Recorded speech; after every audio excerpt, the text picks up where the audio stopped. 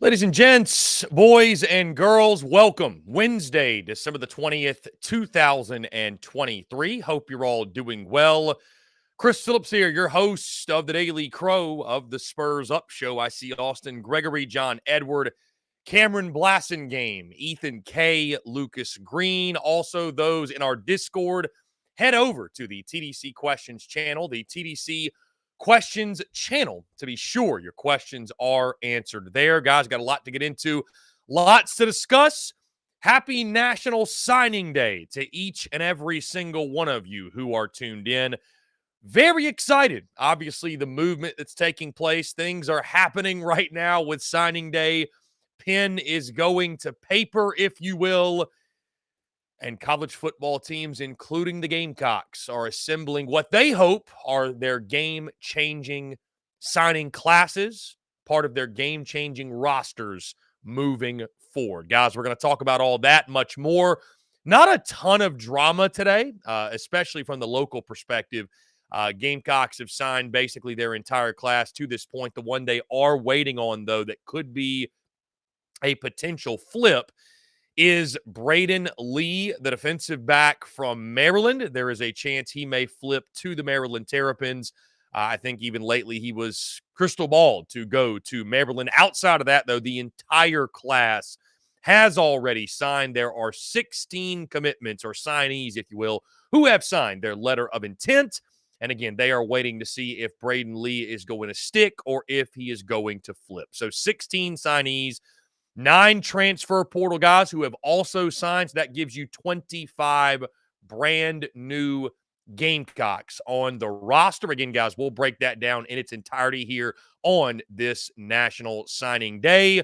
What it means for South Carolina. Also, we'll go through all of the SEC recruiting classes, talk the national rankings, the SEC rankings, and just try to make sense of it all and what it all means. Also, guys, later in the show, we're continuing bowl game breakdowns as we talk LSU and Wisconsin and the ReliaQuest Bowl. I'll break down that game, preview it, predict it, all that good stuff, talk Tigers and Wisconsin. We found out yesterday Jayden Daniels will not play in that football game, so that obviously adds a wrinkle to that game, if you will. Also, guys, end of show, we are taking your questions, your comments, your voicemails. I know the last 2 days, guys, we've gotten so busy with content and trying to squeeze everything in before Christmas and the holiday because we don't know exactly what next week is going to look like. More than likely, no shows. But again, I'll keep you updated on that. But getting everything in before Christmas, we have not had time on Monday or Tuesday to get to your thoughts, your questions, your reactions, all that good stuff. Today, though, guys, we will. I want to hear from you, 843 790-3377. And of course, guys, we're kicking off the show. My good friend Chris Marler of Saturday Down South, Saturday Football Uncensored, he will take the time to chat with us. Really excited to talk all things college football, SEC football, Gamecocks, and of course, some signing day with our good friend Chris Marler as well. Let's see. Babes and Waves, the 16 that left in the transfer portal. I think it was actually 18 Babes and Waves, and I think 6 are committed and 12 are still in the portal. 6 are committed, 12 are still in the portal. So again, guys, I'll give my full thoughts on everything signing day here in a little bit. Posed the question this morning: does National Signing Day, does it lose some of its luster because of the portal and NIL and what that's done to the sport? And, you know, I'll give you guys my full take on it. I think you'll be very interested to hear. But either way, guys, still a great day. Really what I think if you break it down, what today symbolizes is hope, right? That's what recruiting is. That's what recruiting services are. They sell you hope. That's what you pay for in the monthly subscription is hope. And I think that's what recruiting, just like the NFL draft for professional organizations, that's what it serves as. When you add new players, you have hope that tomorrow may be different than yesterday, especially if you're talking Gamecocks football. So, guys, again, appreciate you all tuning in. Thank you all so much. Again, really excited to continue breaking down these bowl games. We'll talk ReliaQuest Bowl today. We'll talk Citrus Bowl tomorrow. And then on Friday, guys, before we go into Christmas, like I mentioned, we will talk Alabama and Michigan. Our guest today, though, is going to help us break that down as well, our good friend Chris Marler. Again, guys, thank you all so much for the continued love and support. It means the absolute world, guys. I know yesterday in the show we kind of went off topic. I will just say this, guys. Stay tuned for some really, really big updates, a really big announcement that is coming on Friday, end of show. That's when you can look forward to a big announcement coming, and it is a big one. I will say that. So either way, guys, really exciting week, though. The content's been bleeding out of the eyeballs, truly. And I cannot say thank you all enough for your love, your support, everything else, guys. Again, we are going to get into a full National Signing Day breakdown. 16 signees for South Carolina to this point. There is one still out there, and I don't know.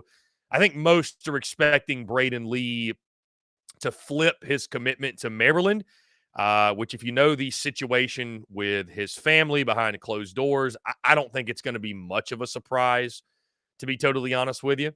But we'll see. We'll see what happens with that. Either way, 25 new Gamecocks have signed. They've put pen to paper today. And again, a lot happening in the SEC across college football as well. Again, guys, like I mentioned, we're kicking off the show, one of the best in the business, someone I am grateful to call a friend of not just the show, but of mine personally, our good friend, Chris Marler of Saturday on South, Saturday Football Uncensored. Chris, what's going on, my man? Great to chat with you once again. How you been? I'm good, man. I'm good. I've got Modern Family going on in the background. So great show. This is great like show. Dude, fantastic show. Yeah, not much going on. I mean, obviously there's signing day, which is great. But I'm just enjoying a kind of a little calm before the storm. SEC bowl games will kick off till next week. So it's been a nice little time. Yeah, it's a good time to take a load off, especially, I mean, with the season ending. And this used to be a real dead time, but now with the portal, NIL, the madness that is the early or what we should just call National Signing Day. I don't think it's early signing day anymore. Let me ask you this, Chris, on that note. What's your favorite National Signing Day moment or story, or maybe there was a signing day that was more hectic and chaotic than another? Is there a moment for you, like when you think of National Signing Day, that sticks out to you? I mean, we've seen the hat flips. We've seen live mascots make appearances and commitments. Anything jump out to you that's a core memory of signing day?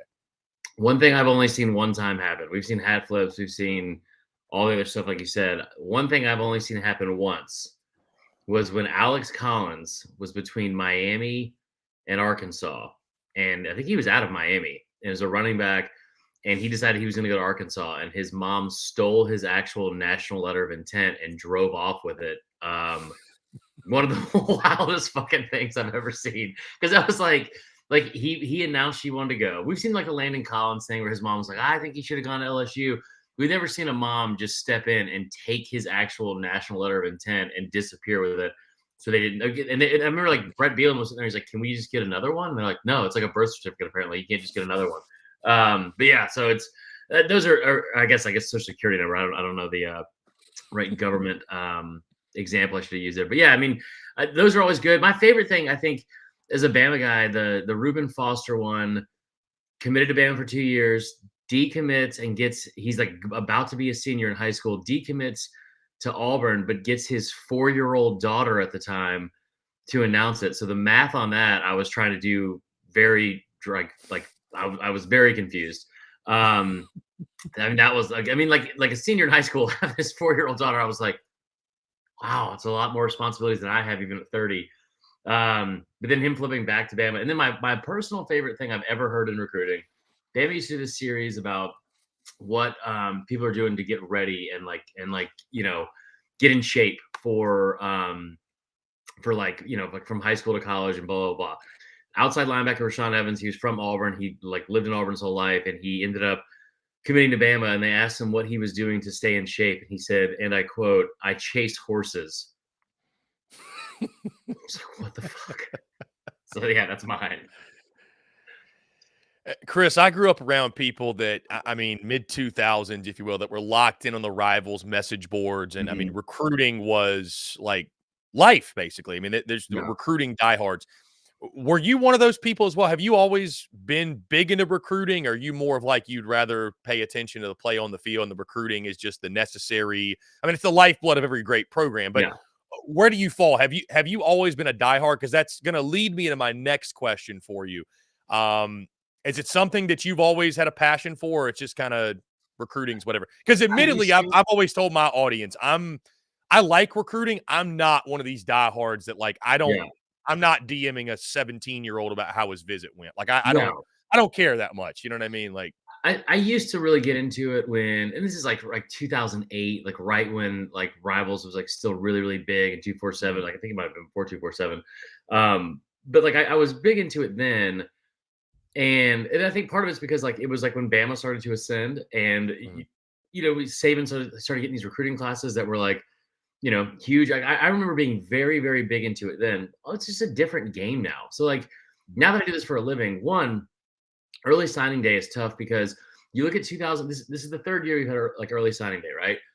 The 3 years ago, the total number of kids that were signed on early signing day was like the top 81 out of the top 81 of the top 100 were signed by early signing day. Then last year, 90 of the top 100 were signed on early signing day. And this year, I don't know what the total is yet because it hasn't ended yet, but 95 out of the top 100 have already been committed.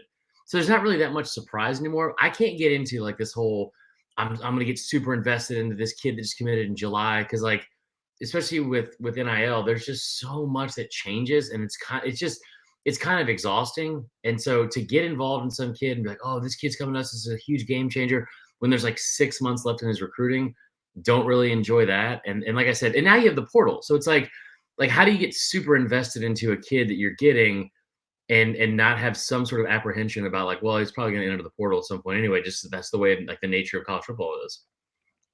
And you sort of answered my question there, Chris, before I asked it, because something I posed this morning and something we'll talk about today is, I'm someone I still get fired up for National Signing Day. I think it's a day that really, Chris, not to get over philosophical, but if you boil it down, it really symbolizes hope. I think that's what National Signing Day symbolizes, right? It's the opportunity to add new players to your roster that, if you're a school like Alabama, will continue your great track record of success and continue to uphold the standard of the program. If you're a school like South Carolina, it gives you hope that tomorrow may be different than yesterday. But admittedly, with the portal and NIL taking over the sport, really, like I even find myself this morning waking up not as fired up as I was a couple years ago, just because to your point, like, I mean, I think you're almost doing yourself a disservice if you get carried away getting hyped up over a commitment when he may not even be on your roster in 2 or 3 years. And it almost, to me, Chris, maybe I'm going too far, but I feel like it comes off hypocritical when it's like when guys commit and sign, it's like they're the greatest thing ever. And I think of like Marshawn Lloyd's a great example. Yeah. When he committed and signed, he was the greatest thing ever. He transfers, he's a bum. And it's just like, it's kind of icky seeing both sides of it for that player. You know what I mean? So for you, like I would, it sounds like you're saying too, like the portal and NIL, it just at minimum changes the way you look at it. It's different than it used to be. I don't want to be pessimistic about it because there is still like a huge part of like hope that comes with it. Like look at Auburn, like what Auburn's doing. Ole Miss a little bit too. They're doing it in very different ways. Ole Miss is kind of going after the portal more and really owning that. And then you look at Auburn. Auburn is, I like, it's fun to watch what Auburn's doing. Their fan base is super into it because they're trying to get to a place where they think they've been before, but like never consistently. But like having Hugh Freeze come in and say, hey, like we're not going to really attack the portal as much. We're going to go try to develop kids from high school, build this thing from the ground up. And like look, he's getting 2 5-star receivers, and there's not a position on that team that they struggled at more this year than wide receiver, including the quarterback. And so you get 2 5-star receivers. You might flip a third one from Bama with Ryan Williams. He's not going to sign until signing day in February, but like you might get 3 5-star receivers, and then you kind of like you just build this excitement. So like the level of hope part is really fun. I do hate the whole thing of like, because it's so plain as day. It like one of my biggest things is, I always say this: if we're going to talk about sports, we're going to do it in reality. And I know that I have like biases and stuff like that, and I'm sure that like the fandom in me like is let out like, more often than I probably admit. But like watching a timeline on Twitter, and you see someone that's like, man, fuck yeah, I'm so pumped. We got like Dylan Raiola. He's the number 1 recruit in the country. This guy's awesome. And then he leaves to Nebraska. It's like, that kid sucks. We didn't want him anyway. And it's like, I'm watching this in real time. You can put the tweets next to each other. Like, here's where you said this. Here's where you said that. That part it's just kind of, it's just kind of stupid, I think, like more than anything. But it's what fans do. It's what we all do because we're all fans. That's how we all got into it. On that note, Chris, sticking with it, the recruiting side, let's run through the SEC recruiting rankings. The Alabama Crimson Tide, of course, second nationally behind the Georgia Bulldogs, who, of course, I don't think it's a surprise those are 1-2. But the SEC looks like this. And this includes, I believe, yes, Texas and Oklahoma. This is via 24/7 Sports.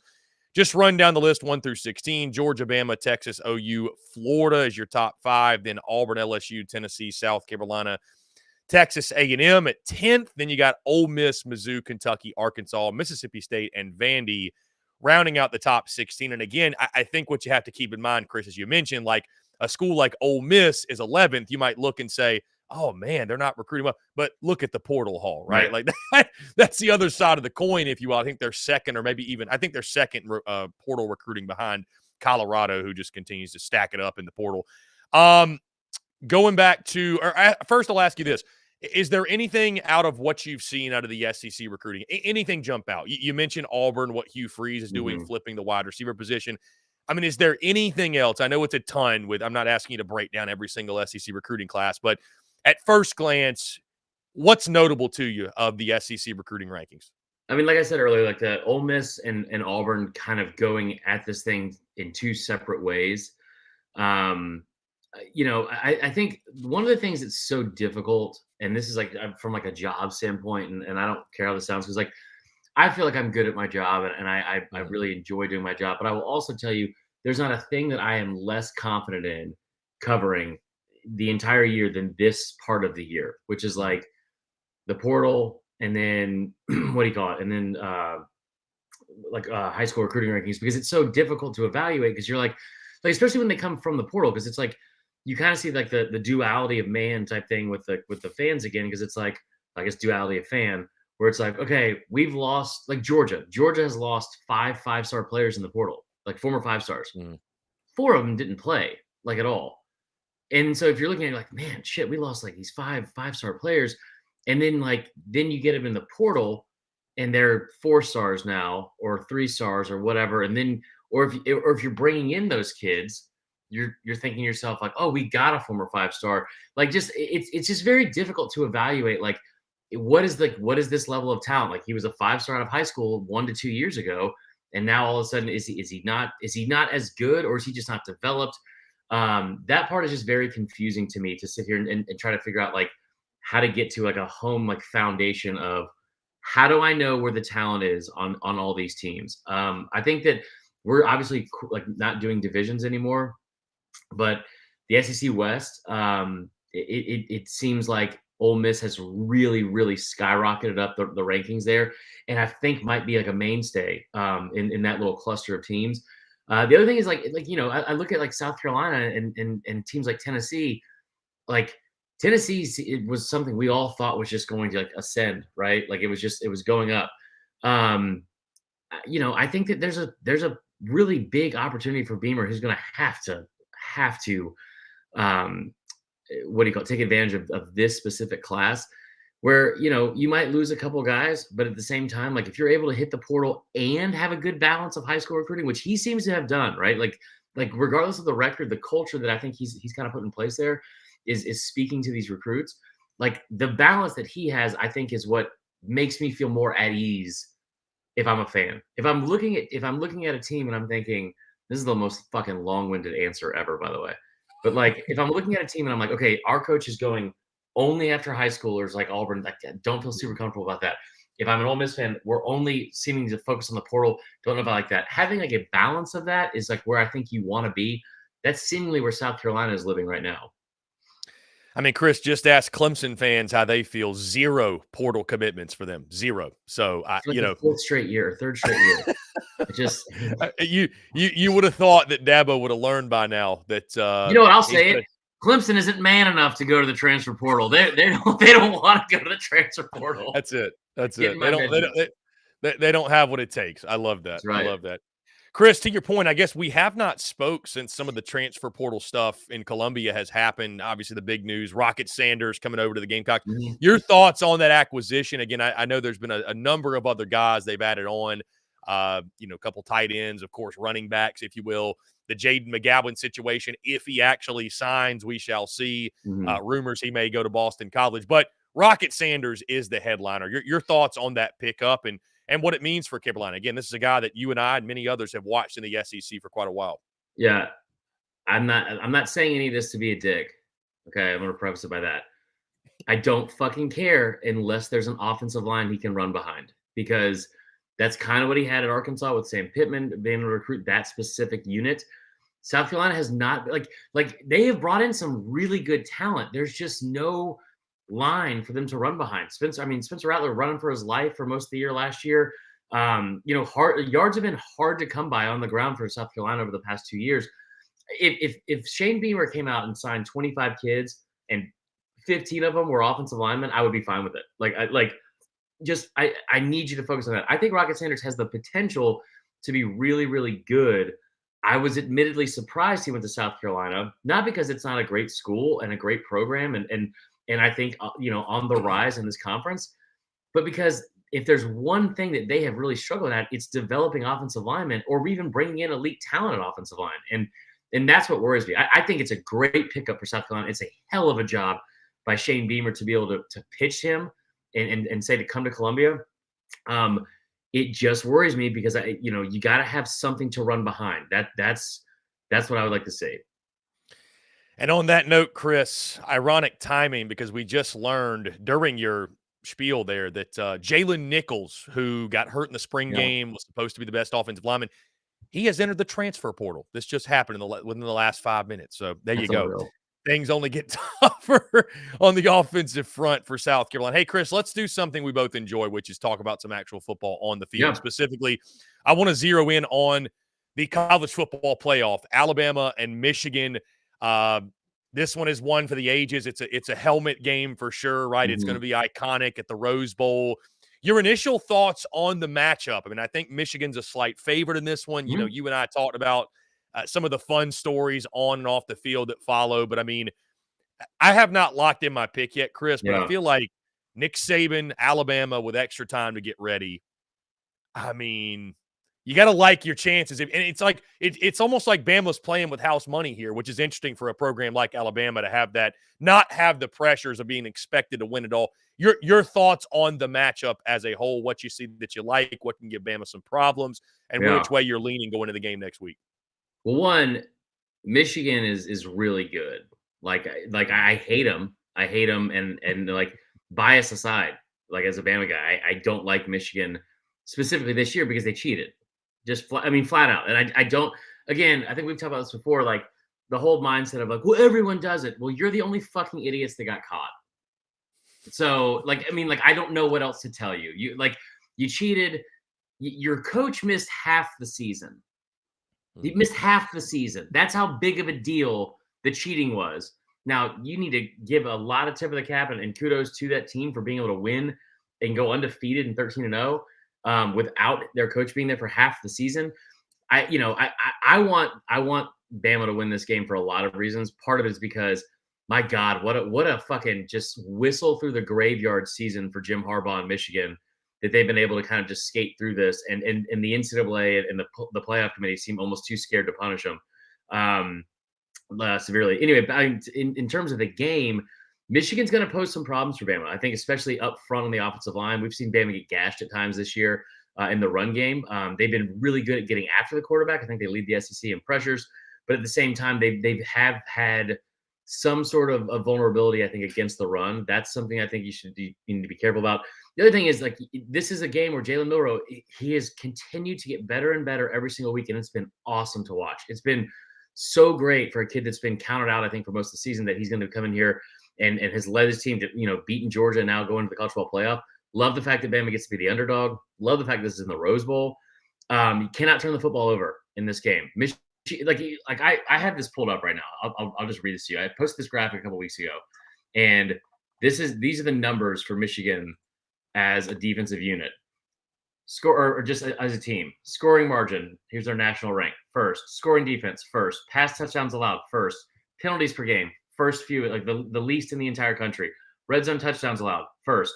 Pass defense, second. Total defense, second. Total turnover margin, second. Opponents' first downs per game, second. Red zone trips allowed, second. 20-plus yard plays allowed, second. Total turnovers, third. That is, I could keep going, and there's like 20 different like categories where they're ranked in the top 5. It's a very, very good and fundamentally sound and well-coached football team. Well, even despite it only being coached for half the season. But I mean, it is a really good team. I do love the fact that Bama is getting a little bit of the underdog situation here because you don't get to have that at Bama a lot, and so I'm excited for that part. Marler, does Bama's, dare I call it, inconsistencies worry you at all? Because I look at Alabama this year, and at their best, they're good enough to beat Georgia and beat anybody. At their worst, Yeah, I mean, they almost lost to an Auburn team that lost New Mexico State. So, like, does that worry you at all? I guess with extra time to get ready, though. Yeah. I guess with extra time to get ready, you hope that they will be ready to put their best foot forward in that game. Well, and get healthy. Yeah. You know what I mean? Like I think that like Bama was playing the SEC championship game without a lot. I mean, like they played the entire fourth quarter without the best defensive back in the country with Kool-Aid McKinstry. They played the entire game without Jace McClellan at running back. I love this team as a Bama guy. I love this team because it is a team that I've counted out like several times this year. I thought like I said what was going to happen at Texas. I said it in the summer exactly how that was going to play out, and I was spot on about it. But after watching that USF game, it was like, fuck, man, like that, you had such an uphill battle to climb. I love the fact that you give Nick Saban time to prepare. Like I like because Saban with time to prepare is fucking. I'll take those odds any day of the week. But I do think that this is the only thing that worries me is a little bit of the overconfidence standpoint because I think that people kind of have this idea of like once Bama gets to the playoff, you know, like they've already beaten Georgia, they've already beaten these other teams, like, you know, like what's left in front of them. Like they should, of course, they should beat Michigan. Michigan always, you know, chokes in these situations or whatever. I mean, there's 3 other teams in this playoff, and I've never said this. I think since Bama's been in it, there's 3 other teams in the playoff that could easily beat Alabama. You know, but like I said, the coaching matchup and this team, I have been as pessimistic about them as anybody. They have overcome adversity every single week. And I just want to remind everyone that I know that doesn't care that you brought up the Auburn game. It was 4th and fucking 31, and all you had to do was knock the ball down. And Bama is somehow still in the college football playoff, which is just wild. Chris, I was just throwing you the alley-oop there, man. I knew you'd slam dunk it. So I just wanted to, like, this is listen, all jokes aside, let me like romanticize this whole thing. You're a college football fan just like I am. Yeah. I know that people hate Bama. I hate the Yankees, and I fully fucking get it. Our fan base is arguably the worst in the country because there's like a lower education that comes with it as well. It's not like Georgia and Tennessee as bad. I get all of it. It has been so fucking fun to watch and be like what feels like an underdog for a lot of this season. And to have some of these moments, man, like like the Auburn game, the Georgia game, like just it's been a really, really fun season. By the way, Chris, I wanted to go back to you mentioned the graphic you made regarding Michigan and the breakdown. I wanted to say congrats to you because I went to your timeline, I think it was yesterday, and I saw the graphic you had, I think pinned at the top, the J.J. McCarthy, Connor Stallions graphic. Saw it almost got 1 million views. So yeah. I know not many people will pat you on the back for that, but I'm in the same grind as you are, and I know you work hard on those graphics. So I want to say congratulations because dude, that one crushed. That one crushed. I made that last Tuesday, and it's like I left out one game. I'll be honest. It made me laugh. It made me laugh. I will say. It's still an actual graphic, but I was 1,000% poking the bear at them. But I sat there and I posted it, and I told you last week I couldn't come on because I think I just ghosted you because I was so fucking sick for like 4 straight days. I was just out, and I remember posting it, and I woke up like 2 days later, I feel like, and I was looking at it, I was like, what the fuck happened here? I got Michigan fans all over me. So also, before I go, because I know it's probably about time for me to go, Ryan Miller, who's the other one that I'm somehow drawing a blank on now. I don't know how. What the hell? Austin Gregory. I kept wanting to say Andrew Gregory. Appreciate the shout out in the chat. You guys have been great. I've really enjoyed coming on here all year. I hope everyone in the chat and you has a great Christmas, except for John Edwards, K, whatever that guy is. That kind of sucks. But everyone else, I hope you guys have a great Christmas. I love it. Chris, it's been a pleasure having you on. Last thing, or maybe last 2 things. First off, SEC bowl game that you're most excited to watch outside of the college football playoff. That one's very easy, obviously. But yeah, is there a game that you look at like you can't wait to watch that one? It's got to be Auburn, and Maryland, right? I mean, it's got to be Auburn, Maryland. I mean, it's just Talia's out. great I game. hate that. No, so there is, and I'll do a shameless plug while I'm at it because we just posted. I'll be very clear too. I didn't make the graphics for this one because they kind of suck. But on the Saturday Down South YouTube page, we did a podcast that's coming out I think today, and we did like a video segment as well called Bet the Bowls, and we talked about all the different bowl games. We got 2 more episodes coming out. But go to the Saturday Down South YouTube page. It's a really good. It's really really good information. The one that jumped off the page the fucking moment they announced it was Mizzou and Ohio State, because I think it's such a good opportunity for Mizzou. Like, love this opportunity for Mizzou because it almost feels like a Power 5 versus G5 situation. It's like because people just disrespect Mizzou like they're a fucking inner city substitute teacher. It is ridiculous. Like they just refuse to give them any kind of respect. So I think that Mizzou going into this game, from a betting standpoint, there's so much to like from Mizzou. But also from just a standpoint of Ohio State being 2-12 in their last 14 games against the SEC and having to go up against a team that I think, has been really, really underrated all year. Love that. So that's the game I'm interested in, I think, most outside of the Bama game, obviously. I'll tell you a fun fact if you have any bettors in the group. Did a deep dive into some really good bets for that game. Fun fact about Mizzou that people don't talk about enough.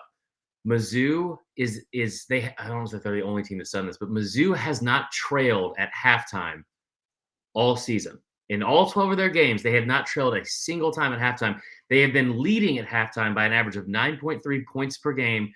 In 11 of their 12 games, the only game they were not leading was against Georgia, where they were tied 10-10 at the half. So really fun fact there if you're betting on the games. So I'm assuming you got first quarter, first half. Dude, listen, you know how I've never seen somebody love to play. Yeah, I've never seen somebody love to play quarters and halves more than you. I went 68% this year. I was going to say I respect it. I respect the hell out of it. I respect the hell out of it. Here's all your bets right now. Mizzou to score first is only -120 right now. They've scored first in 9 of their 12 games. They led in the first quarter of 8 of their 12 games. They led at halftime in 11 of 12, like I said. Their team total is only 10.5. They averaged 16.6. I mean, there's just so much to like in that game from a betting standpoint. And it's all first half, baby. Let's get rich. First 30 minutes. Chris Marler, Saturday Down South. Chris, one final thing. Favorite Christmas movie as we go into the Christmas holiday? I mean, I love Die Hard a lot. I watched that last night for the first time this season. I gotta admit something, Chris. I've never seen Die Hard before. Oh my God. I haven't.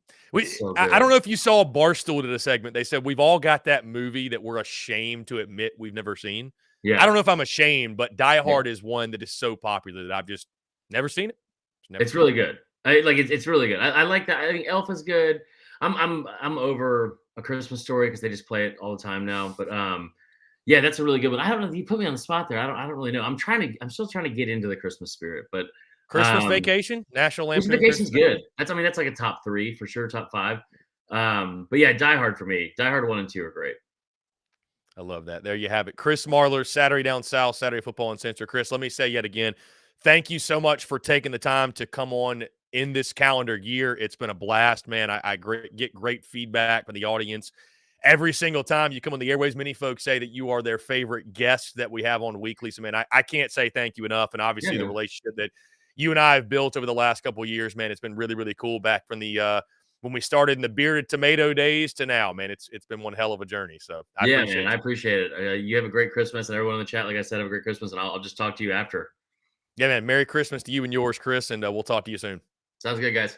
Yeah, man. Take care.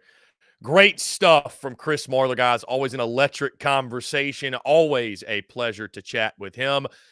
Guys, we are going to jump into a quick break. On the other side, we're going to talk recruiting. I'm not sure, guys. There's a whole lot to break down with this Jaylen Nichols thing.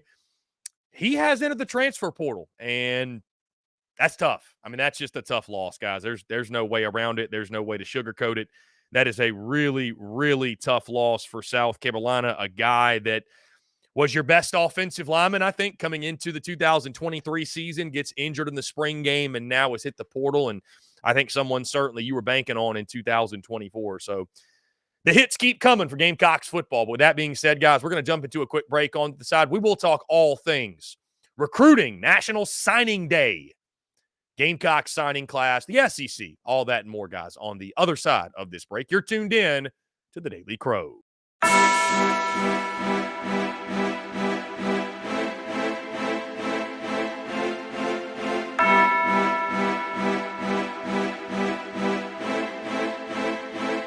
Marshall Dougie, ho.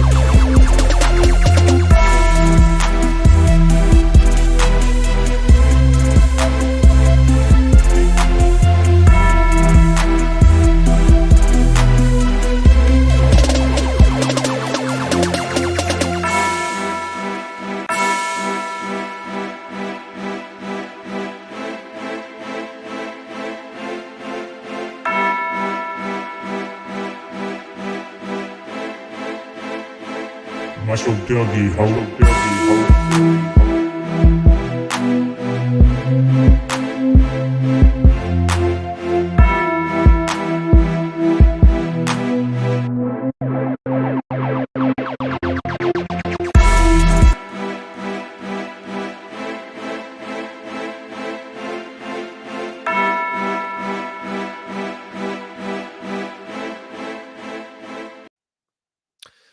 Ladies and gents, boys and girls, we are back here on this Wednesday, December the 20th, 2023. I want to say thank you so much to our good friend Chris Marler of Saturday Down South, Saturday Football Uncensored. Always a great conversation with him. And again, really appreciate him taking the time. In case you missed it, guys, this just broke. Braden Lee has officially flipped to Maryland. Had some family stuff going on, I believe. Defensive back. He was a 3-star defensive back. I'm not sure that the I don't think the national rankings or SEC rankings have been updated as of yet. Again, this just took place because, again, it's showing 17 commitments right now. So, again, I do not believe, no, it's still showing Braden Lee as a hard commit to South Carolina. So, obviously, this is going to affect the ranking. We'll talk about the ranking here in just a second. The other big news, guys, in case you missed it, Jaylen Nichols has officially, and things are going crazy in the chat right now. You guys calm down. It's okay. Calm down. Anyways, Jaylen Nichols has officially entered the transfer portal, and that's a big loss for South Carolina, guys. There's really no way to sugarcoat it. There's no way around it for a Gamecocks offensive front that needed all the reinforcements they could get going into 2024, with obviously the putrid offensive line that you had this past season, needed Nichols to come back, and he has now entered the transfer portal. So, again, the hits just keep coming when you're South Carolina football, and we'll see how the Gamecocks can rebound from that. Probably going to take a lot of young guys stepping up. But anyways, 843-790-3377, guys. Continue to leave us your questions, your comments, your thoughts, your voicemails. Want to hear from you. We will have a daily mailbag segment to end the show. But with that being said, guys, it is National Signing Day, the 2024 edition, as many of the top prospects across the country put pen to paper and schools solidify their signing classes and build for the future. Guys, let's first start with the national rankings, the 2024 team rankings on a national scale. Then we'll get into SEC, and then we'll break down the South Carolina signing class specifically and all that it entails. Guys, as you look at the 2024 team rankings, and of course this comes from our friends over at 24/7 Sports, it looks like this. At number 1, no surprise, you've got the Georgia Bulldogs. Number 2, Alabama. Number 3, Florida State. Number 4, Ohio State. Number 5, Texas.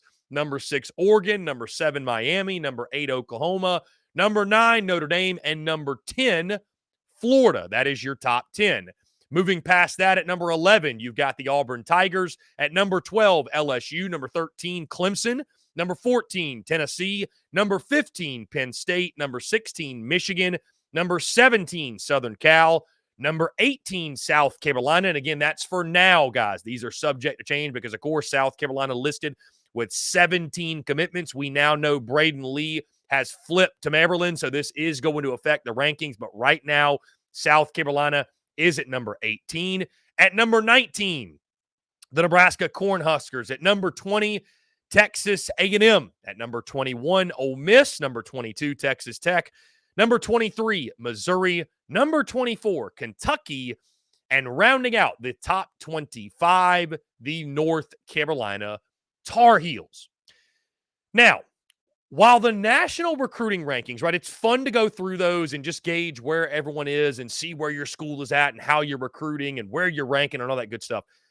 I feel like, guys, here's the thing. If you are a fan of an SEC team, the national recruiting rankings are damn near meaningless. And here is why.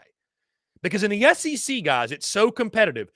You can be 20th nationally in recruiting, and you say to yourself, man, the 20th ranked class, that's a great recruiting class.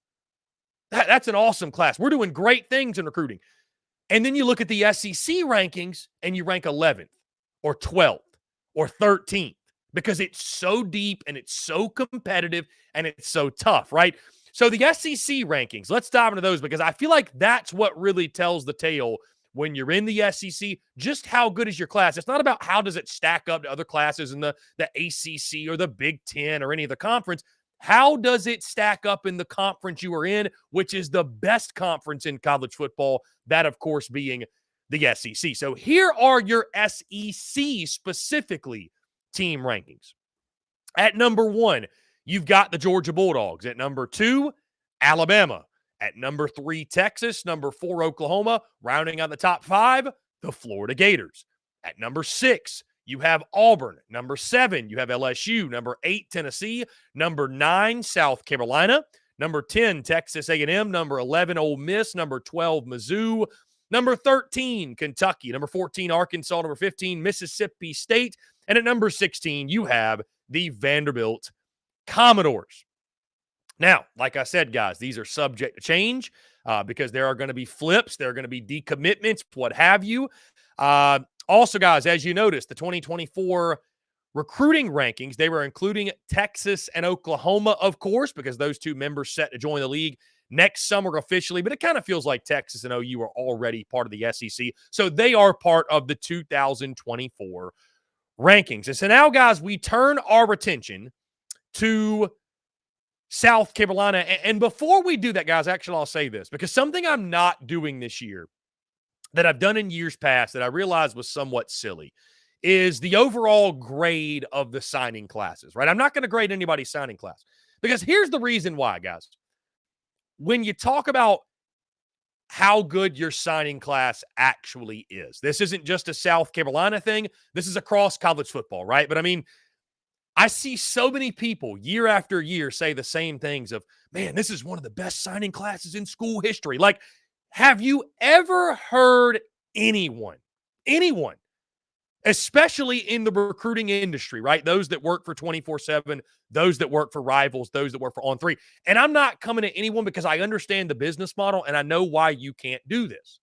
But guys, have you ever heard anyone in recruiting, whether it be South Carolina, it be Missouri, it be Arkansas, it be Texas, it be Georgia, or any other school, have you ever heard of any analyst look at a recruiting class, look into the camera, speak into the microphone and say, you know what, guys, this was a lackluster signing class.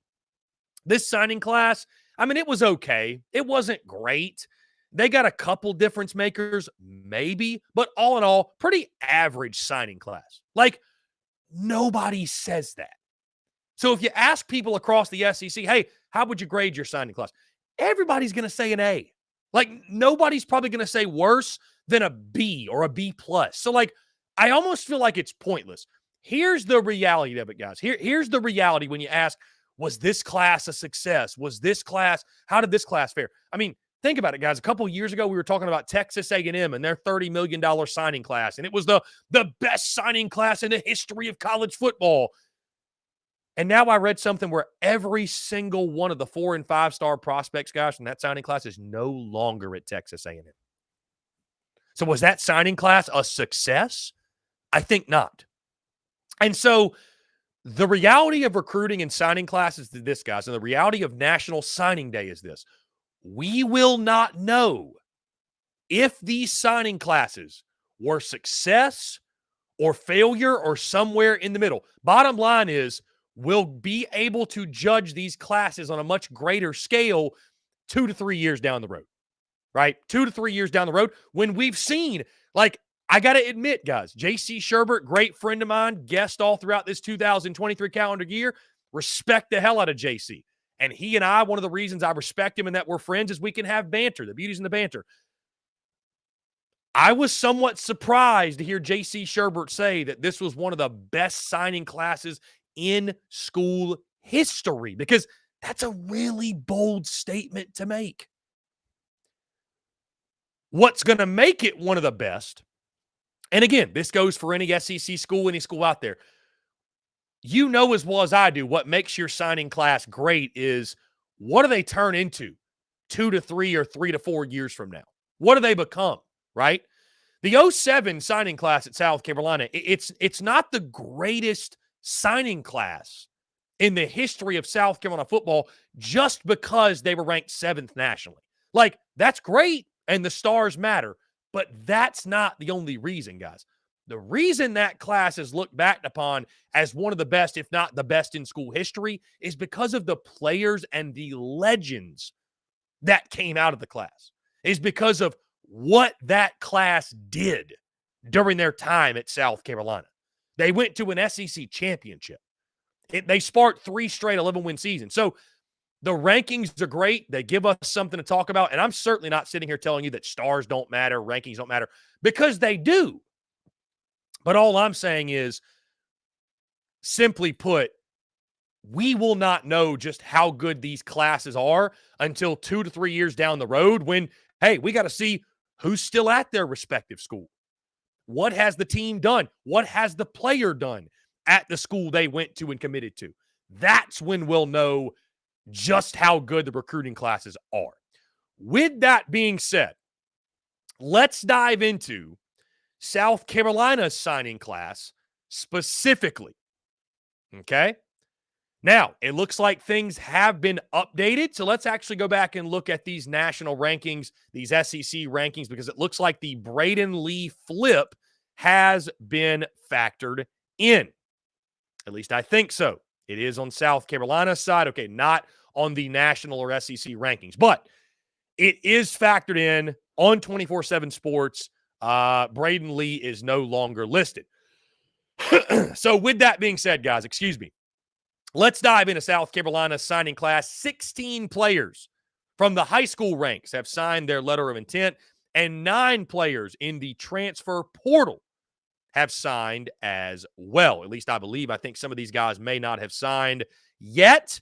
Either way, we're going to go through specifically the high school guys who have signed their letter of intent, starting with 5-star edge Dylan Stewart, 4-star offensive tackle Josiah Thompson, 4-star tight end Michael Smith, 4-star linebacker Fred Johnson, 4-star linebacker Wendell Gregory, 4-star offensive tackle Cam Pringle, 4-star wide receiver Mazeo Bennett, 4-star safety Kelvin Hunter, 4-star defensive lineman Jerome Simmons, 3-star defensive back Jalewis Solomon, 3-star running back Matthew Fuller, 3-star quarterback Dante Reno, 3-star offensive lineman Blake Franks, 3-star wide receiver Debron Gatling, who actually was the welcome home last night, who signed today, 3-star safety David Busey, and 3-star punter Mason Love. And guys, I think when you look at this class, right, we've talked about it before, I think South Carolina did a really good job at addressing the needs of the football team, right?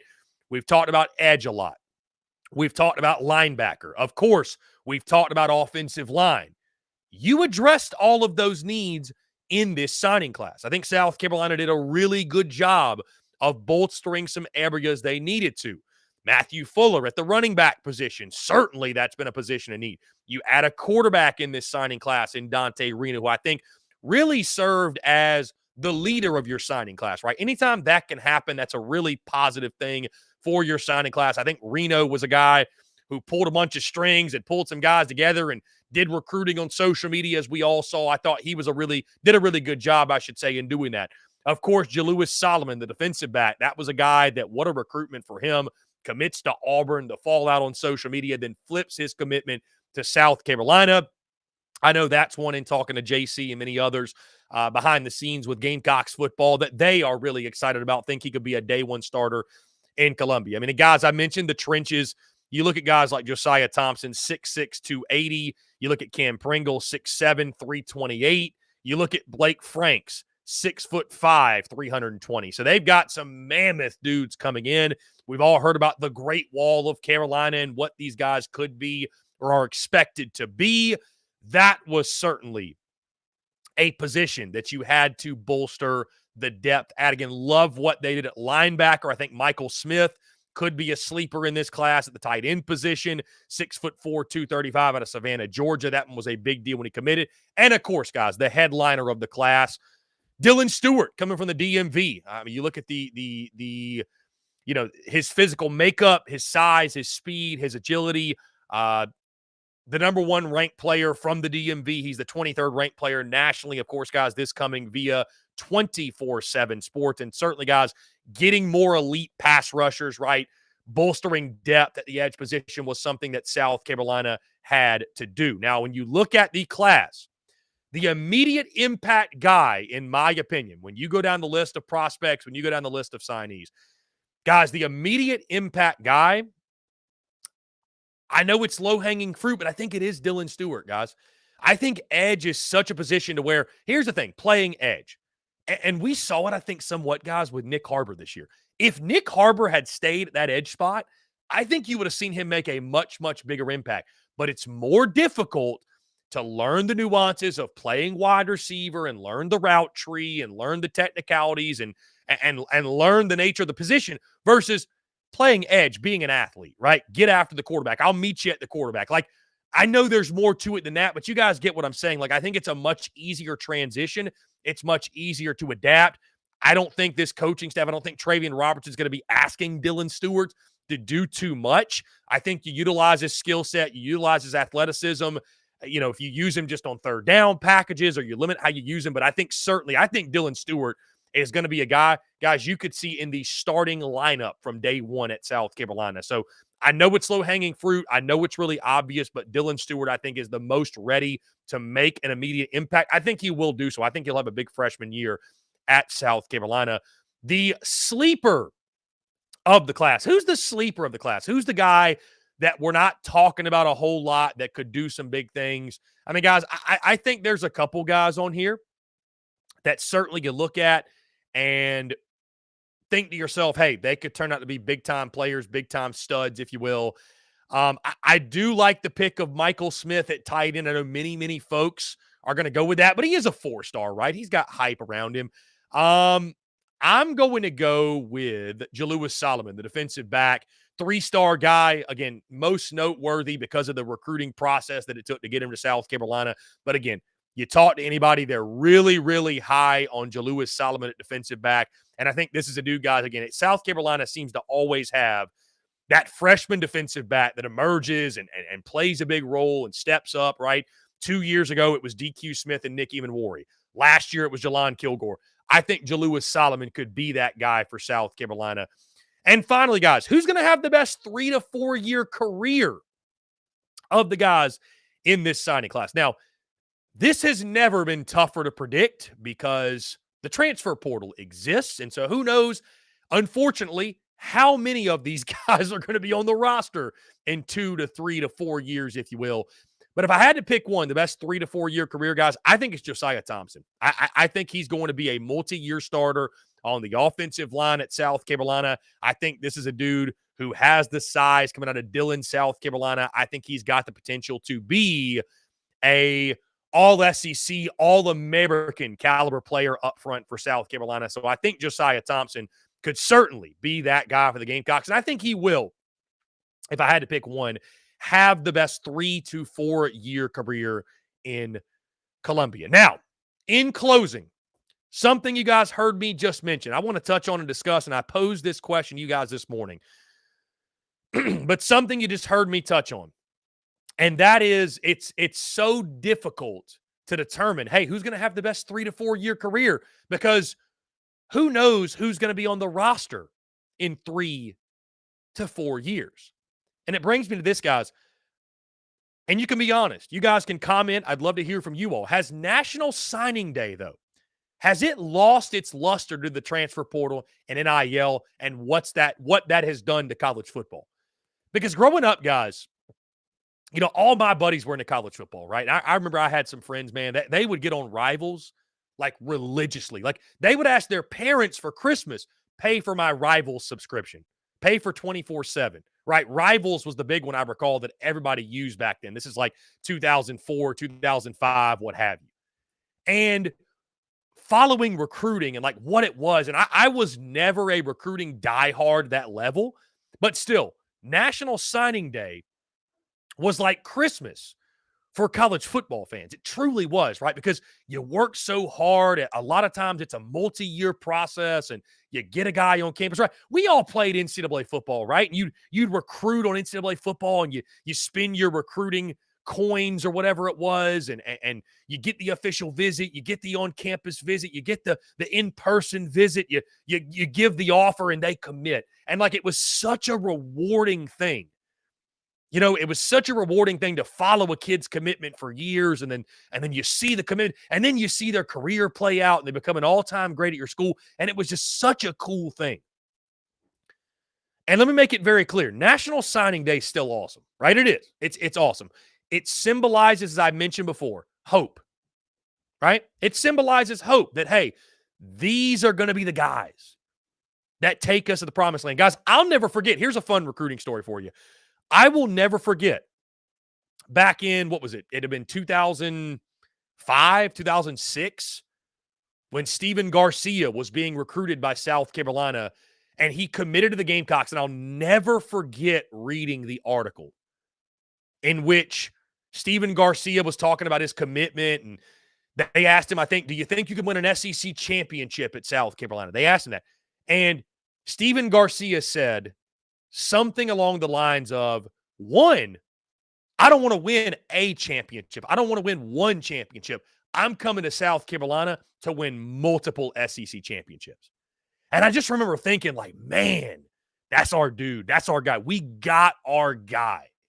And the rest is history with Garcia. And I know some out there may not have a positive opinion, which if you don't, I think you're crazy, because one of the best in school history took South Carolina to the SEC title. But that was such an awesome recruiting story, something that I'll never forget.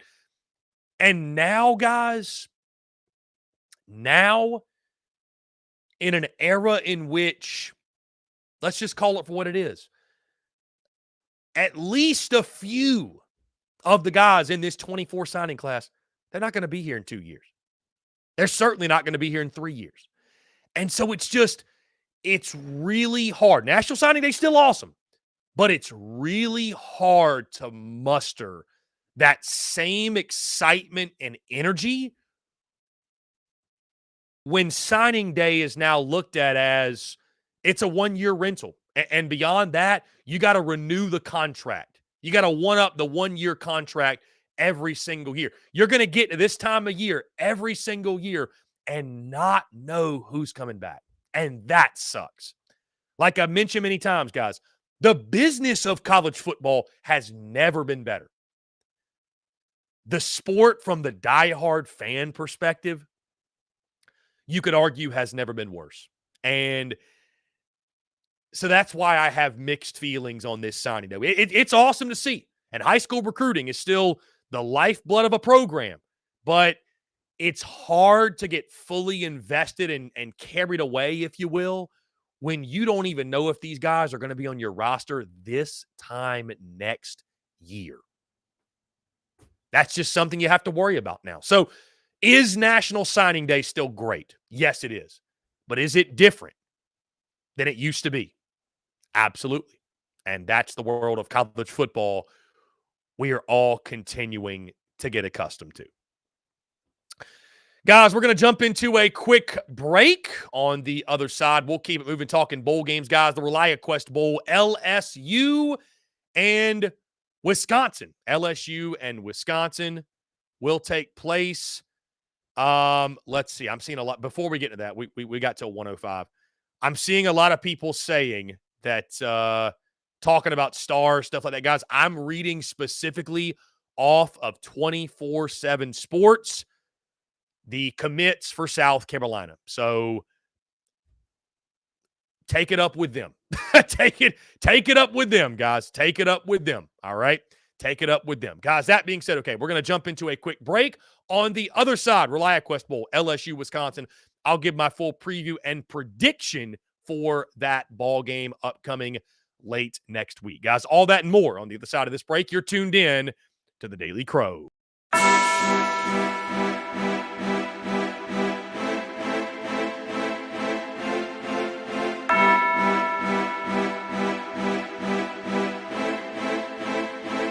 Muscle Dougie, ho.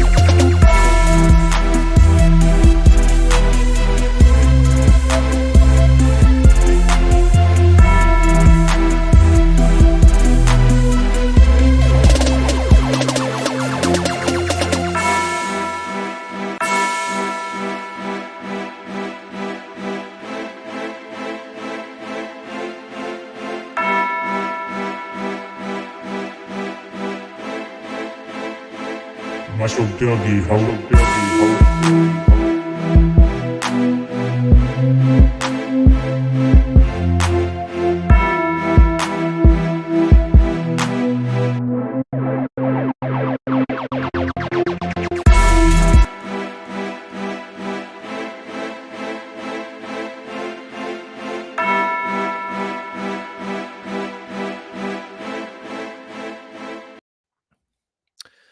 Ladies and gents, boys and girls, we are back here on this Wednesday, December the 20th, 2023. Appreciate each and every single one of you tuning in, guys. That being said, we talked National Signing Day.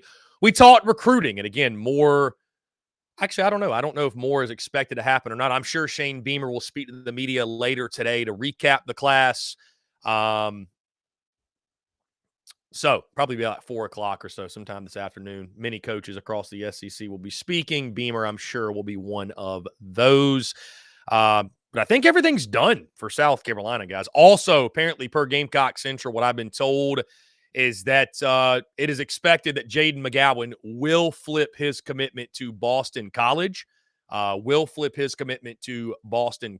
So another one bites at us for the Gamecocks. Tough hits keep coming, is what it is. Madison Duncan, I saw in the comments, said, one day, I may not be here, but one day South Carolina will be a team where the players believe in each other and fight for each other. One day, go Cox. Madison, I hear you, man. It's the hope that kills us all, right?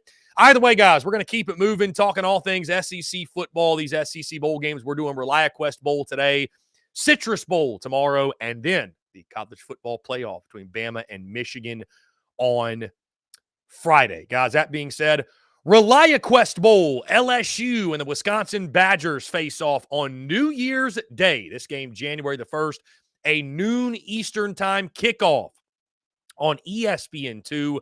The game being played at Raymond James Stadium in Tampa, Florida. LSU nearly a double-digit favorite in this ball game. Tigers favored by 9.5. The over-under set at 54.5. And I wonder how that will change, because the big news, guys, as we move into our top storylines that we got, I believe it was yesterday or 2 days ago, is that Jayden Daniels, LSU quarterback, will not play in this football game. He will opt out. And you heard our guy Blake Ruffino over at AYS Sports. Guys, I think it makes sense, right? I mean, Jayden Daniels won the Heisman Trophy, had nothing left to prove. He's got a life-changing event upcoming in the NFL draft. And as much as I hate it, as much as you hate it, guys, the ReliaQuest Bowl, and especially for a program like LSU where the playoff was the goal and you were expecting big things, competing for a national championship, it's not worth putting your future at risk for a ReliaQuest Bowl trophy. Let's just call it for what it is. The positive of this, if you're LSU, is that Garrett Nussmeier now gets an early audition for QB1 to see what you've got at the quarterback position. And LSU can now gauge, okay, and Garrett Nussmeier can now get his feet wet of, okay, this is what it's going to be like to be the guy and prepare to be the guy. So Nussmeier will get that early audition. He will take the snaps, and he will get the start at QB1 as Jayden Daniels has opted out. And again, guys, we've seen Garrett Nussmeier play. We've seen him play well. So how much of a step back, if any, will there be for the LSU offense against Wisconsin? Now, what I think is interesting in this game, guys, it's two different ways to win, right? You look at these two teams. LSU, fantastic on offense this year. One of the best in college football. Awful defensively, which we'll talk about more in just a second.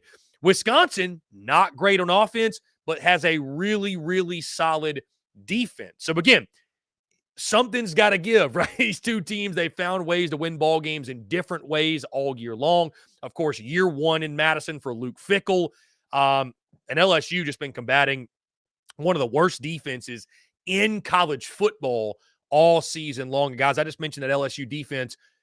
When you look at this game, guys, how can you trust the LSU defense? Because if you look at the numbers purely, right, if you look at the numbers like the offensive points per game, this game looks like it should be a blowout, right? This game looks like there's no way Wisconsin's going to keep up. But I don't have faith that LSU guys can stop anybody. I mean, if you're struggling on offense, the best remedy to gain confidence and get things going, just go up against the LSU defense. Now, if LSU plays up to their talent level, they've got plenty of talent. They've got plenty enough good players to make life hell for Wisconsin, right? They got plenty of good players, but we just haven't seen it all year.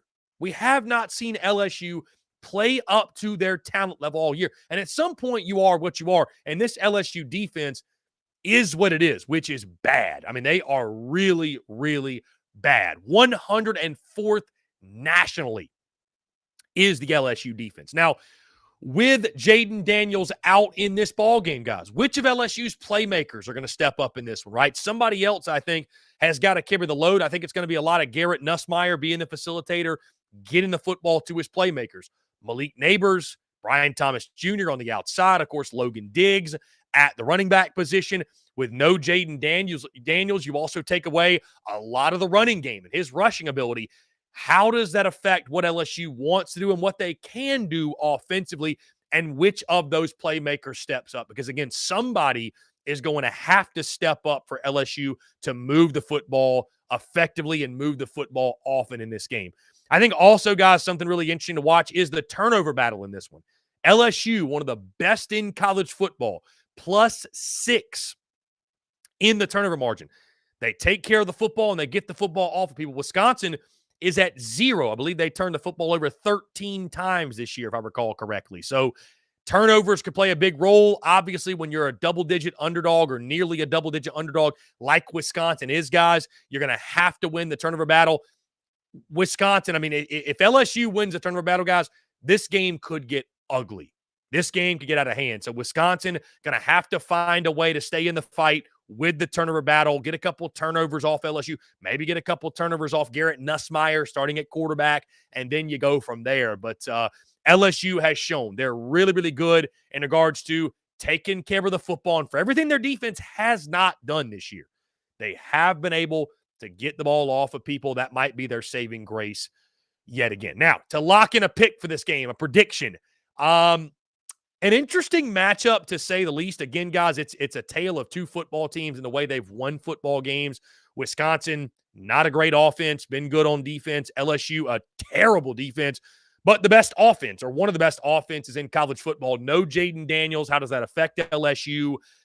I'll be curious to see, too, guys, how that affects the spread. Does the spread stay at 9.5, or do we see it start to come down?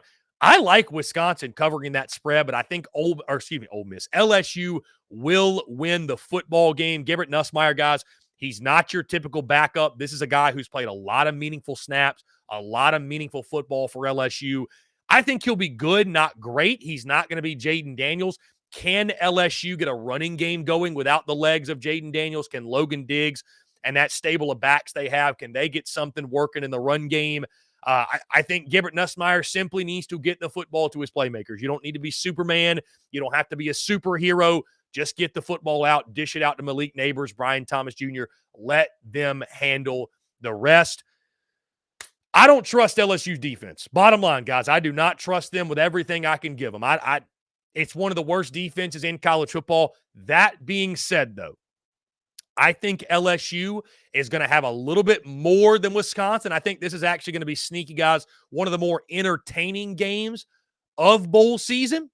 And I think LSU does enough to edge out Wisconsin to overcome that putrid defense one more time.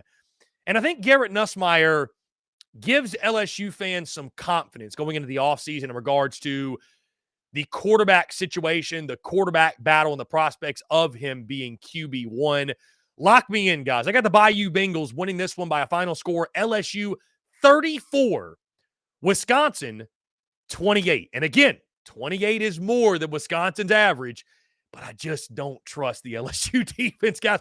And maybe this is the game where the SEC talent really shines out for LSU, and we see them finally live up to their potential and play to their capabilities. But, guys, we just haven't seen it all season long, and we've seen them get pushed around by everybody they've played against, and it doesn't make any sense, and the talent should be better. Things should be better. But with that being said, I think LSU is able to overcome it. I think they're able to win despite it, as they've done many times this season. And I do think LSU take down the Badgers. Final score of 34-28. Guys, that being said, we're going to jump into a quick break. On the other side, we're going to dive into your questions, your comments, your voicemails, and our daily mailbag segment here on this Wednesday. All that and more, guys, on the other side of this break. You're tuned in to the Daily Crow.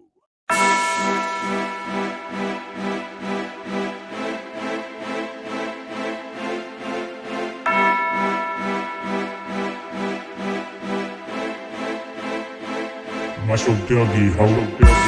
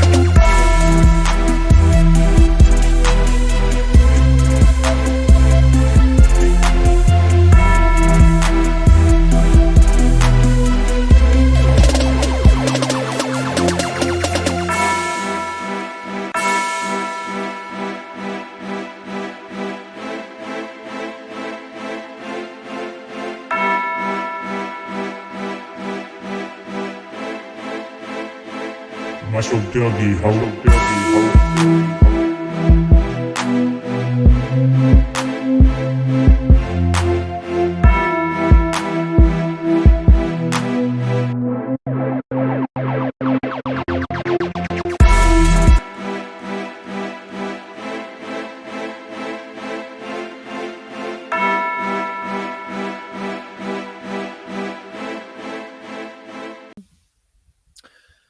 Ladies and gents, boys and girls, we are back here on this Wednesday, December the 20th, 2023, National Signing Day 2024. Appreciate you all tuning in, guys. That being said, our daily mailbag segment has officially begun. I want to hear from you, taking your questions, comments, and voicemails at that number, 843-790-3377. Texter says, hey, it's Robbie Davis, Zaxby's Hall of Famer.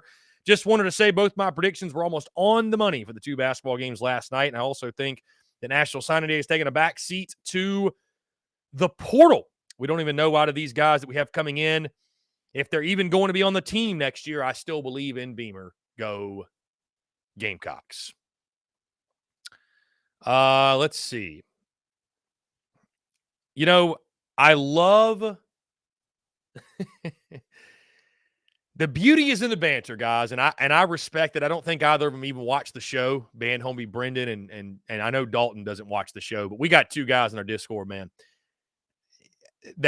You could say the sky is blue, and they're going to disagree with you. They keep me sharp. They keep me sharp. I'll just say that. They keep me sharp. So I respect it. Even if there isn't an argument to be had. For example, saying that Jaylen Nichols is a big loss for South Carolina is apparently that's blasphemy. How dare you say it just some people would rather side on the side of ignorance than have an open-ended conversation. It is wild to me. Either way, love Brendan, love Dalton, but man, God, y'all crazy. Y'all are crazy. Anyways, let's see.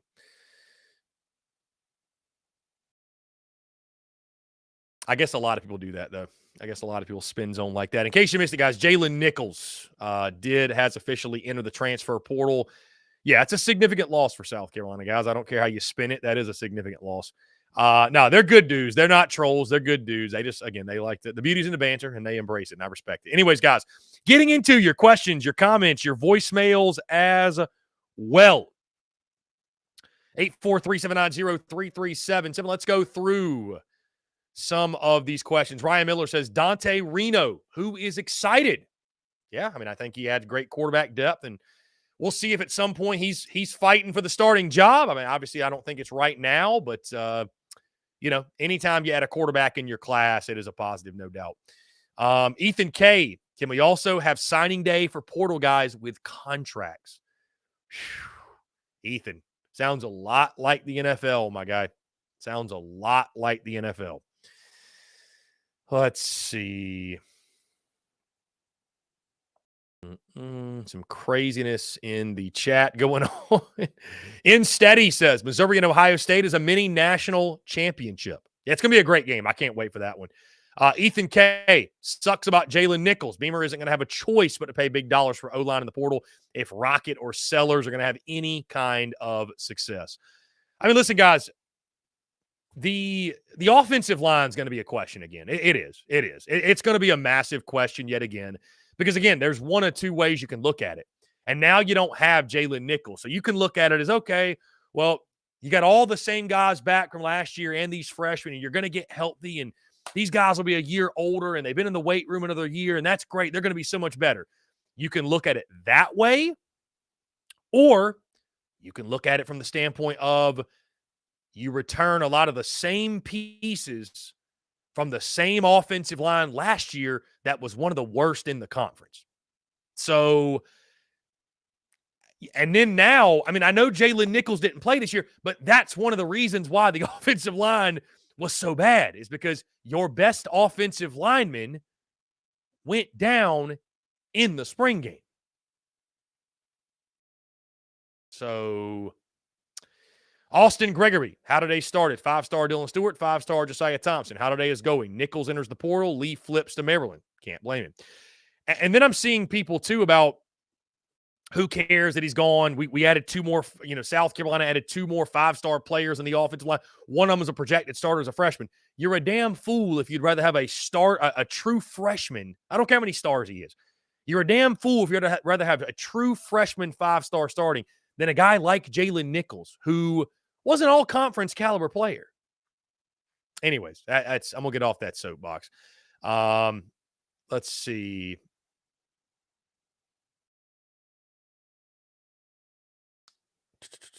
Peyton Smith, I did not see a Teasley comment. If there was a Teasley comment, I did not see that.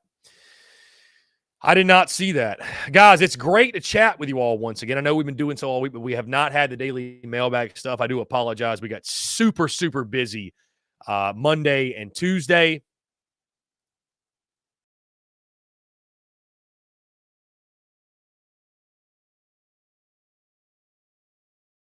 Again, it's funny to me to see people. I don't know. Anyways. It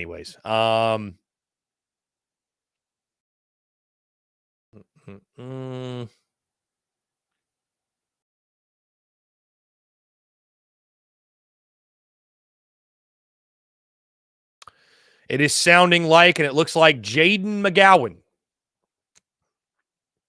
Isn't it? Again, though, you guys, I can't get over the hypocrisy of fans when it comes to recruiting, the portal, or just in general. Because, for example, Jayden McGowan situation. Jayden McGowan commits to South Carolina. Man, he's coming home, baby. Welcome home, baby. Yeah, Jayden McGowan, he's coming home to South Cac. He's a speedster. He's going to be the next big thing. Now the news comes out he's going to flip to Boston College. He's a gadget player. He's trash. He's no good. Good riddance. It's just hypocrisy, man. It's insane to me. It's like I said this morning. Every kid that flips to your school, he's the next best thing. He's awesome. He's great. If he flips away from your school, that kid don't know the meaning of commitment. How dare he? Every 3-star that commits to your school, man, he's a diamond in the rough. He's the next best thing, man. 3-star that commits somewhere else, oh, he wasn't a take at our school. He's a bum. He's no good. I mean, it's funny. It is hilarious to me. I guess I have just, admittedly, guys, I've separated myself so much from the fandom side of things. And I'm a content creator, I'm a business owner, I'm an entrepreneur. I still, everybody pulls for somebody, but I've just really separated myself from the fandom side of things that I just see it for what it is. And it's hilarious. It's just flat out hilarious. And I'm not coming at anybody. Every school, every fan base does this. But it's just so funny to watch. John Edward, where are you seeing that on McGowan? Our good friend Brad Crawford put up a post about it. And again, I've talked to people behind the scenes. It does sound like Jayden McGowan is going to end up at Boston College. That is what it sounds like. So anyways, let's see. And again, I love you guys. And I love the banter, but you guys can give me hell and troll me, and I can point out some of the stuff I see that I think's funny.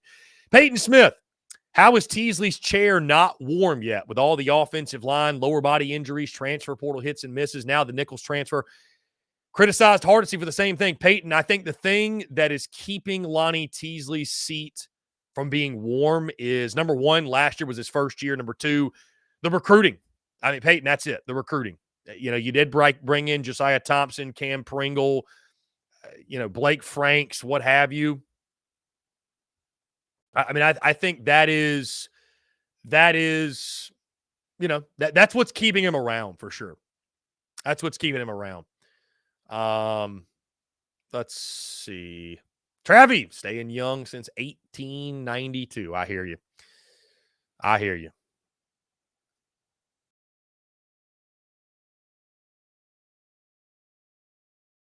Anyways, guys, 843-790-3377. You can call that number, text that number, whatever you like. I would say this, too, to give feedback. To give feedback to John Edward, who was complaining about the timeout on YouTube and all that. John Edward, you have to admit that you seek out chaos and seek out disagreement and seek out, anytime anybody says one little thing, John Edward, it's one thing to disagree and have open-ended banter. It's another to literally go after people. That's what you do. That's what you do. So, John Edward, if you don't want my moderator to ban you, to time out you, whatever it is, just don't cause pure hell and chaos in the comments. That's it. I love you, John Edward. I love you to death, but I'm not getting rid of my moderator anytime soon because he's here to moderate the madness. Obviously, making sure nothing goes crazy, if you will. So, love you, John Edward, but I'm giving you some feedback here. I'm just giving you some feedback. My guy. I'm just giving you some feedback. Anyways, Ethan K., you can't rely on freshman offensive line. Again, you saw what that happened. Ethan, I agree with you 110%. I agree with you 110%. And listen, you're going to have people that are going to try to spin this thing. If South Carolina if they're done, right? They don't get anybody else out of the portal. They just roll with the offensive line they've got. It is going to be hilarious. Truly hilarious. Truly hilarious to watch people spin. And I get it, man. Fans have got to have hope. I totally understand. I totally get it. But guys, the way that it looks on paper, no matter if everybody comes back from injury or not, you are bringing back the same exact room that was trash last year. Trash. Pure trash. You're bringing back the same guys.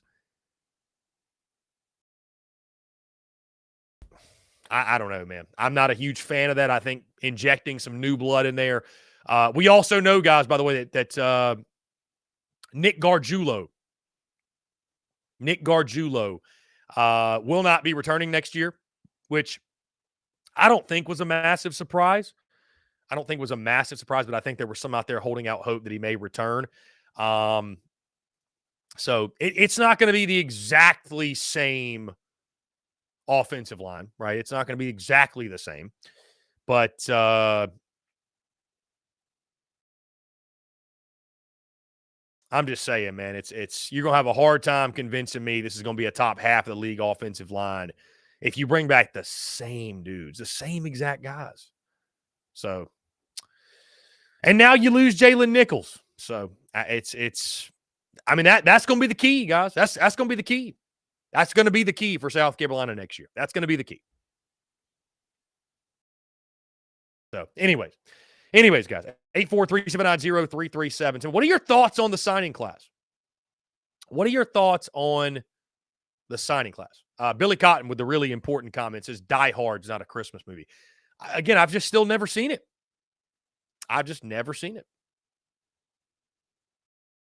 Ryan Miller says he's got Alabama winning it all. Michigan is a close second. I will lock in my prediction for the game on Friday, but hard to go against Bama, man. Hard to go against Bama. Let's see. Let's get into Justin Martin. Chris, stay strong. Gamecocks will be top 10 in recruiting classes one day. Justin, that's why fans need to raise hell. And if we go out with the bowl stop showing up to games to force them to raise the standards, because if we keep supporting mediocrity, they will keep feeding it to us. Bird Toffley, I've accepted that South Carolina's mediocre and has always been, which is why I don't have trouble sleeping after going 5-7. Still a Gamecock at the end of the day. The end of the day, though. I couldn't even spit that out. Bird Toffley, if number 18's best in school history, we're down bad. JC said that pound for pound, it was the best class in school history. I get what he's saying. The quality is as high as it's ever been. But I do agree. Like, I thought that was an interesting take from JC. I did. I thought that was an interesting take from JC. Billy Cotton, why do recruiting classes jump up and down so much in rankings? During the summer, we kept hearing South Carolina had a top 15 class. So what happened? Billy, that's a great point. I mean, that's like, listen, if we're going to talk about this thing critically and honestly, listen, y'all know this is not the show for you to come here and hear about how this is the best class in school history and Beamer's the best and everything's the best. And like, it's okay to talk about things in reality, not in delusion. So that's why you guys tune in. I mean, I think what's interesting about this signing class is that, you to your point, I mean, you started out top 5 class. I mean, Dylan Stewart hit. People were thinking that maybe this could be the best class in school history. And so, admittedly, man, for it to end up, just a top 20 class. I mean, I think I think they did a great job of addressing some areas of concern, some weaknesses, if you will. I think the Gamecocks are going to have to continue to do it in the portal. That's the big thing. You're going to have to win in the portal for sure. But, ninth in the SEC. I mean, that's just kind of where you've always been. So I don't know. It's, I think, admittedly, guys, I mean, I think right now, listen, I'll say this. I think right now, the way you're recruiting is good enough to win 7 to 8 games a year, maybe 9. To take the next step and win 10-plus games per year, you got to recruit at a higher level. That, or you got to do what Ole Miss is doing in the portal. So, I think the recruiting I think there's still a ways to go in recruiting for South Carolina. I think if you're going to take the next step as a program in regards to getting to 9+ wins, I think you got to take that next step in recruiting. Bottom line, I think you do. Now, granted, again, you address needs in this class. No doubt. I totally get that. But as I told you all before, guys, if 5 years from now, South Carolina is in the SEC championship or they're in the playoff, it'll be because recruiting changed. Bottom line, it'll be because recruiting changed at South Carolina. That's what it'll come down to. Recruiting changed and a lot of portal victories. That's it. So, I think a solid class from the standpoint of addressing needs. But I'm not going to sit here and be a guy that tells you that, stars don't matter. Rankings, where you're ranked in the SEC doesn't matter. It does. The only fan bases that say stars don't matter are fans of schools that don't recruit well, because nobody who has a good class is going to say it doesn't matter, right? You got to discredit that somehow. So, anyways, Brewer Nation says, we only took 16 kids. That causes us to be lower also. Other teams pick up more guys, and the big boys get the big ones to finally commit. Brewer Nation, that's a great point. Brewer Nation, that's actually something worth pointing out. I think South Carolina is top 15, maybe close to top 10 in regards to overall average rating, if you will. Average rating. So, yeah, I mean, I think that definitely matters, Brewer Nation, right? A class with 25 signees or 27, it's probably going to be rated higher than a class with 17 or 16 signees. So to your point, Brewer Nation, that is a really good point. And again, I think you look at the individual players, the quality of players, who they got, what have you. I think they addressed what they had to address. They addressed linebacker. They addressed offensive line. They got Matthew Fuller at running back. They got Stewart, obviously, at the edge spot, got a couple D linemen, what have you. So did a good job in that regard, but certainly there is still more building to be done.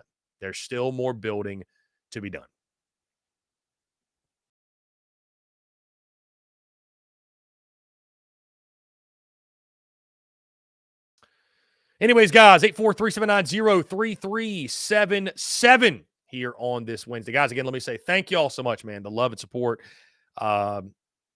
It's been incredible, man. I truly do appreciate it.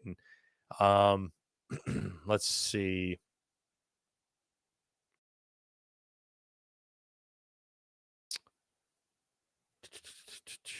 All right, cool. Just checking in on some signing day stuff. Exciting things happening, guys. Exciting things happening. Indeed. Isn't it crazy to think, guys, this is totally off subject, but isn't it crazy to think that, we'll have Christmas next week, then New Year's. Bro, then baseball season is right around the corner.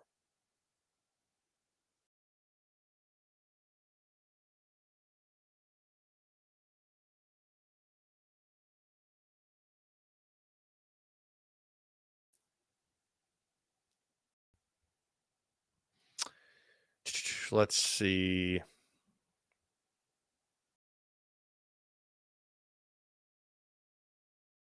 KJ Bolden flipped from Florida State to Georgia. That's a big one. KJ Bolden, that's a big one. Big one. Let's see. Yep, Braden Lee. He is actually a 4-star on Rival. So, again, guys, it depends on who you check. I mean, whatever. It depends on what service you check. Braden Lee, indeed a 4-star on Rivals. How about Trayvon Dunbar, the, I believe, Midland Valley. Yeah, Midland Valley running back. Many of you were asking, where is South Carolina? He committed to West Virginia. So, interesting. Guys, we're going to jump into one final break. On the other side, we'll close out the show in style with your questions, comments, voicemails, and more. You're tuned in to the Daily Crow.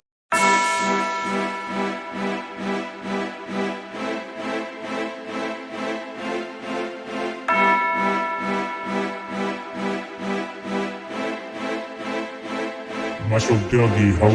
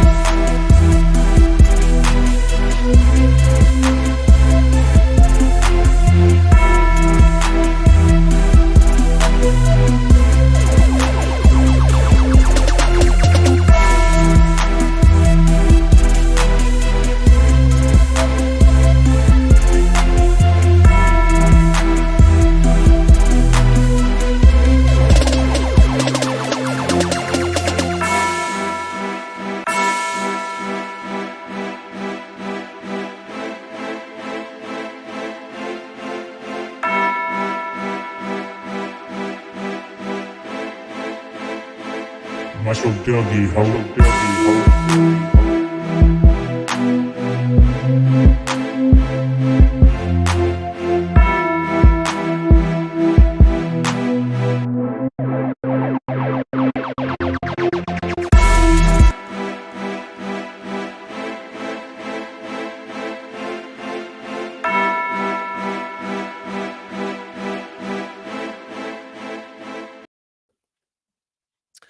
Ladies and gents, boys and girls, we are back here on this Wednesday, December the 20th, 2023. Final 10 minutes or so, taking your questions, comments, and voicemails at 843-790-3377. I want to hear from you. Let's see.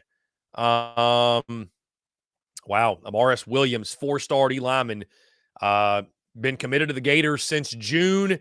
He has flipped to the Auburn Tigers. I tell you what, things are just getting tougher and tougher and tougher for Billy Napier. I mean, truly, it is wild. Big win for Auburn. That's a nice pickup. Big win for Auburn. Let me get into a couple questions here. Let's see. My guy Travie says, been a good ride, Chris. Travie, I haven't said anything, man. Much success on the next venture. Travie's wishing me farewell here on a Wednesday. Look at that. I ain't even said a word, man. I ain't said a word. Travis Allen asked me if I lost all my TSUS gear. Just switching it up, man. Just switching it up. Travis Allen, just switching it up, man. Just going into a new phase of trying to keep it fresh, keep you on your toes, man. Keep you on your toes. So let's see. Jay Diz, SEC's a line of scrimmage league, especially with Texas and Oklahoma. We need D tackles so badly. Shouldn't be counting on true freshmen on the offensive line. Yeah, it's not a favorable place to be in. It's not a favorable place to be in. Again, that's why to insinuate that losing Jaylen Nichols isn't a significant loss is silly, because people are like, okay, well, Josiah Thompson will play. You don't want to be in a position where you play a true freshman, right? You don't want to be in that position. You'd rather Nichols have played, Josiah Thompson sat for a year behind him, got a year in the weight room, got to learn. I mean, especially at tackle. At tackle. Guys, you saw this year how that worked out at tackle, because as good as Big Tripa Balade was, he got whipped a couple times. I mean, it's you get put through you get put through the ringer as a true freshman on the offensive line. Most of those guys are just not ready. So, it's unfortunate. I think, again, South Carolina picking up 2 or 3 guys out of the portal would be, I think it needs to happen. I think it should happen. I don't know why it wouldn't happen, to be totally honest with you. I don't know why it wouldn't happen, to be honest with you. Somebody asked if I cover South Carolina's basketball. Yes, I do talk basketball. Yes, I like basketball. That will more so happen. On when we get into January, when conference play begins and we kind of get out of the strictly football type of stuff, with the bowl games and recruiting. It's just, guys, what I've found, it's just really, really difficult to squeeze in any basketball chatter when football is ruling things. And guys, I've actually got something. I'll read this to you. Here's the reason why. If you want to know why, guys, like, why are you not talking more basketball right now? Because, again, I like basketball, guys. I don't dislike basketball. I'm not going to sit here and lie to you and tell you that it's my favorite, but I like basketball, right? Get this. Stuart Mandel posted this yesterday. Your annual reminder why there are so many bowl games. And this just goes to show, guys, this is a microcosm of how big college football is compared to college basketball, even as big as college basketball is. The LA Bowl on ABC had basically an identical TV audience to North Carolina and Kentucky in college basketball. The Celebration Bowl on ABC edged out, Kansas and Indiana on CBS in the same time slot. Like, these quote-unquote meaningless bowl games are still getting more attention and more viewership. And that's why through the month of December, I've continued to talk so much college football because, guys, it's king. It's king from a viewership standpoint. It's king from an interest standpoint. And yes, it's king from the content standpoint. That's why I continue to talk college football.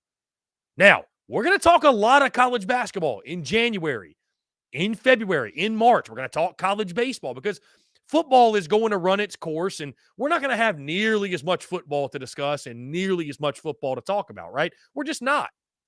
And you guys know I'm a huge baseball guy. Like, I can't wait to talk college baseball this year. Can't wait. Cannot wait to talk about it.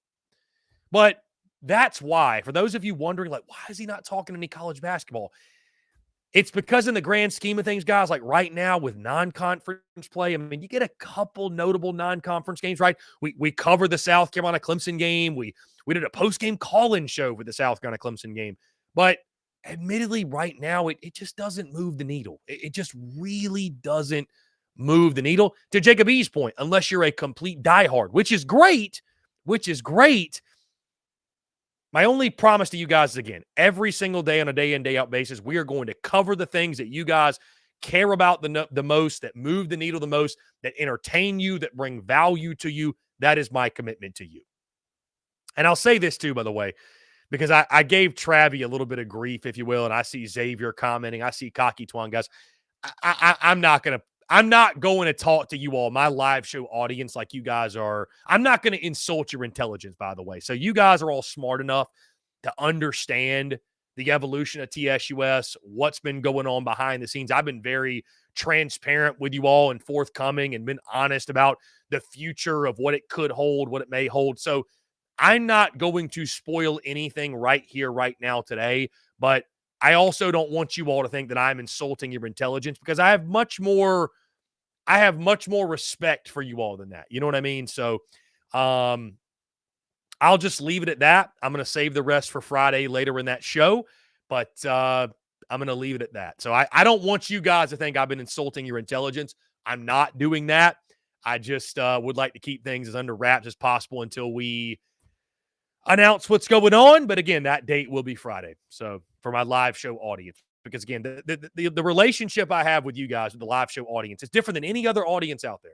And I appreciate and respect all the audience, the podcast audience, social media, the live show, obviously, people that buy the merchandise, whatever it might be, whatever level you engage on or engage with, or whatever level you support, those in the Discord.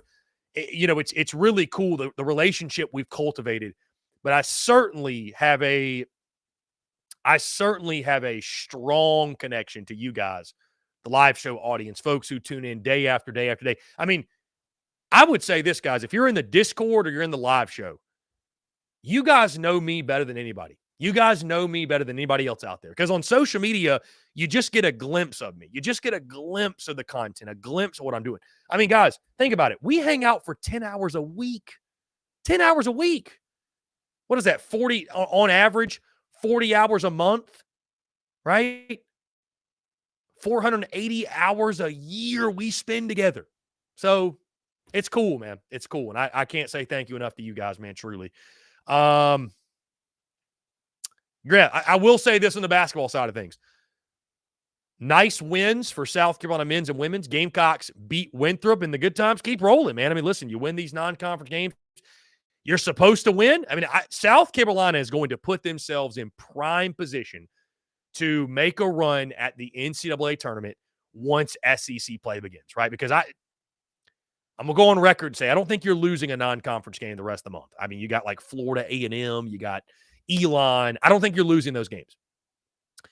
SEC play is going to tell the tale. But the good news is this: when it comes to like NIT, any sort of postseason, I think Lamont Paris and company is setting themselves up well. And I mean, dude, you can't say enough good things about what Lamont Paris has done. What Lamont Paris has done, with this program and the strides. And I mean, just guys, South Carolina more than likely is going to match last year's win total, right? Match last year's win total before we even get to January. That's crazy to think about. Austin Gregory says next sim. Austin, next week we will do a sim or two. There's a reason why. I will tell you in the Discord, Austin, why I canceled the simulations for the week. Number one, we're just busy, have stuff going on. But number two, I'll tell you in the Discord. There's a reason why. And it'll make a lot of sense, I think. Guys, that being said, we've hit 2 o'clock. Appreciate you all. Last one. We'll get into Scotty Smitty. He says, Gamecocks got any coaching positions getting changed up? Have you heard anything? Scotty, I've heard nothing new. I think there will be some movement on the coaching staff. I think it'll come after the first of the year. Which coaches, though? Your guess is as good as mine right now, Scotty. I'm not sure. I've heard nothing new from what I said a couple weeks ago. So, anyways, guys, we've hit 2 o'clock. Appreciate you all tuning in. Make sure you hit that subscribe button on YouTube. Hit that bell icon so you get notifications when we go live, when we drop new video content as well. Also, guys, you can check out the podcast on iTunes, Spotify, Google Podcasts, wherever you get your podcast drop on a daily basis. And, of course, stay tuned to social media, guys. Content bleeding out of the eyeballs there. Guys, appreciate you all tuning in. Thank you all so much. Have a great rest of your Wednesday, and we will talk to you all tomorrow.